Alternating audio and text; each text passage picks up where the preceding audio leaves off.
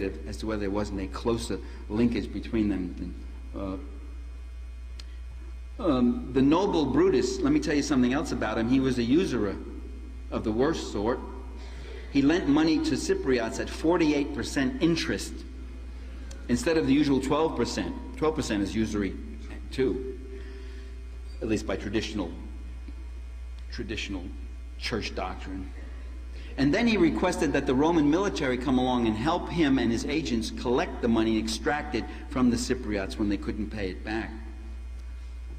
Yet most historians don't think too ill of Brutus.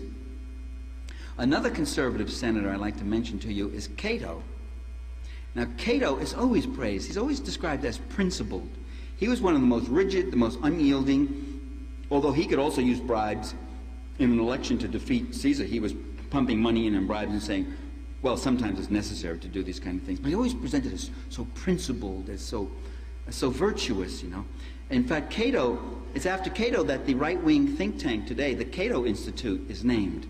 Because Cato was supposedly a defender of Republican liberty and opposed Caesar's tyranny.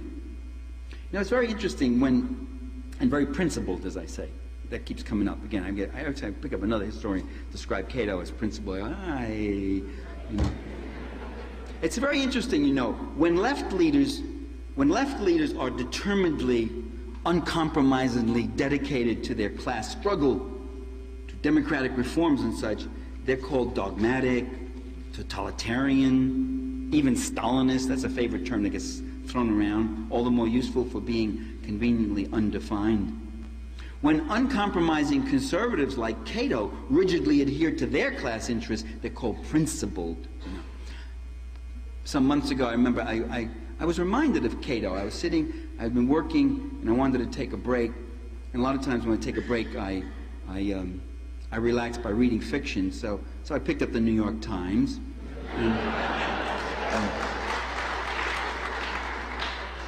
No, it's true. People ask me, why don't you ever read fiction? Don't you read fiction? I gave you that novel, Enter the Novel, you don't read. I can't get into fiction. I said, I can't get into fiction. I read Dickens, I read Dostoevsky, I read all that when I was like 18. I loved it. I can't read that anymore. And then I realized what the real reason is. I read fiction every day. New York Times, Wall Street Journal, Washington Post, San Francisco Chronicle. I go on, read fiction. So I was sitting there, and I think of Cato. You know why I think of Cato? Because there's a story about Congressman Sonny Bono, who encountered a tree that stood its ground. And the obit is saying he was a stalwart conservative with a solidly conservative approach. Solidly conservative. Is that a positive framing or isn't it, you know? I mean, when do we hear of someone being solidly radical or solidly Marxist, you know?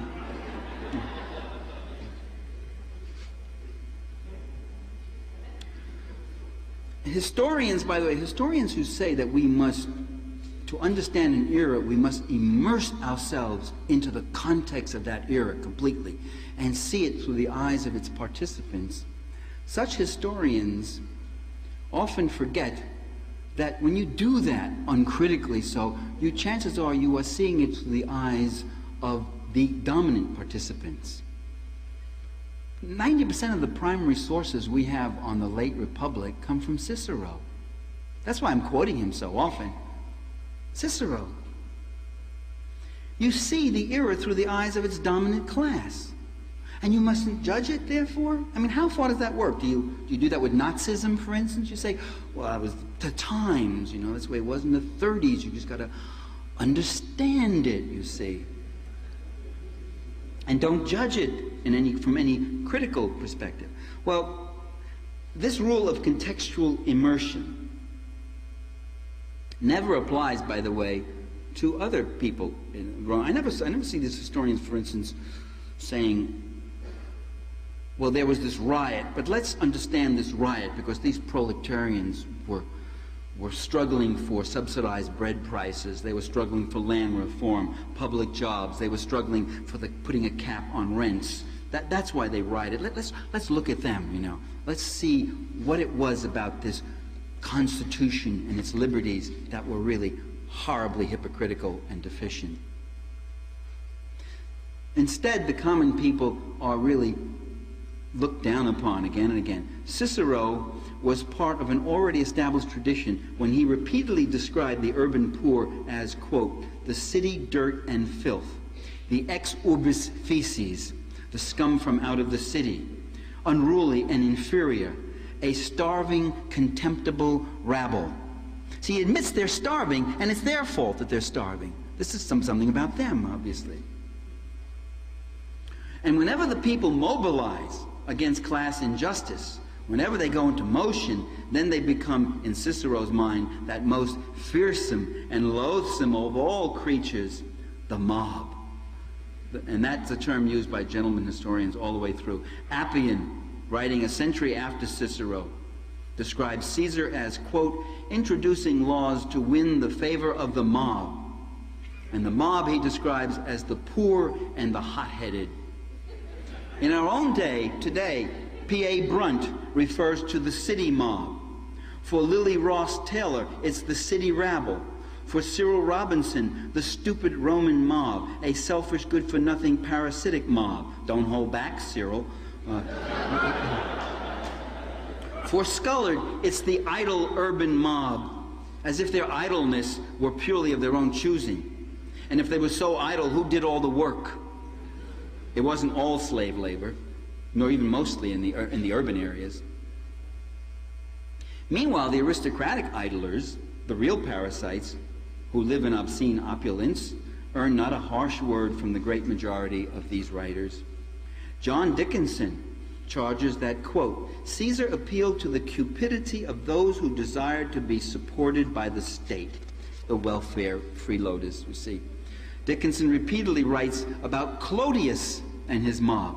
Now, Clodius was a popularist ally of Caesar, and he sought to legalize the political ward clubs. He organized neighborhoods and guilds to political action. He was aware of the Senate toughs and the rule of the clubs, and so he actually organized people in bands armed with clubs of their own. He outlawed executions without trial. That was a direct jab at Cicero. Claudius also extended the grain dole. All this is judged by Dickinson as attempts to, quote, tighten the control of the mob over political life. Other historians describe Clodius as a demagogue and an adventurer. He and a large number of his democratic followers were murdered by a ruling class death squad operative. Body into the Senate House, built a funeral pyre, and burned down the whole Senate House and cremated his body. During the early empire, the Roman writer Juvenal spoke scornfully of the mob's preoccupation with bread and circuses. And that phrase has echoed down to us through the centuries, a phrase adding to the image of Rome's proletariat as a shiftless, volatile mass addicted to endless handouts of food and entertainment. Free food, free entertainment. Now, elite historians, like all the elites, are always alert to the corrupting influence that state assistance supposedly inflicts upon the poor. Appian tells us that the corn ration attracted the idly destitute and hot-headed elements of the Italian population to the capital. And he contrasts them to those possessed of property and good sense. 1800 years later, Scullard writes that Clodius's law to change the subsidized distribution of corn into a completely free dole hastened the demoralization of the people. By the way, this image of an idle mob of layabouts sponging off the state is little more than a figment of upper class and upper middle class prejudice, both ancient and modern alike. It's really interesting to see how many of those who have written about ancient Rome find it so disreputable, so disgusting that the humble Romans should have been concerned about having enough food for themselves and their children. Oh, they wanted bread. Can you think of that? Imagine that. But this hardly makes them materialistic or degraded. In any event, only a very limited number in Rome received the regular corn dole, often with the humble